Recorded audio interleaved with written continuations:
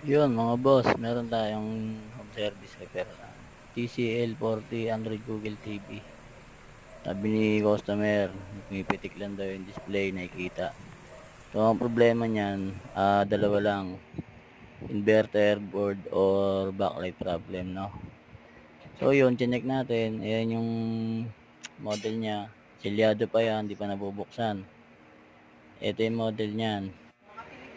Chineck ko yung board, sinukatan ko yung sa board niya, sira inverter. Kasi magpalit siya ng board na worth 4.5. Minodify na natin inverter niya. Sa board, yung pa rin yung ginamit. Nag-input ako ng AC, tawid ng DC sa may backlight niya. So yan, mabilis ko lang ginawain siya. Inobserbahan ko hanggang sa nag-okay na, no. So yun, maraming salamat boss sa tiwala. PM ka lang po with warranty yan. Thank you po.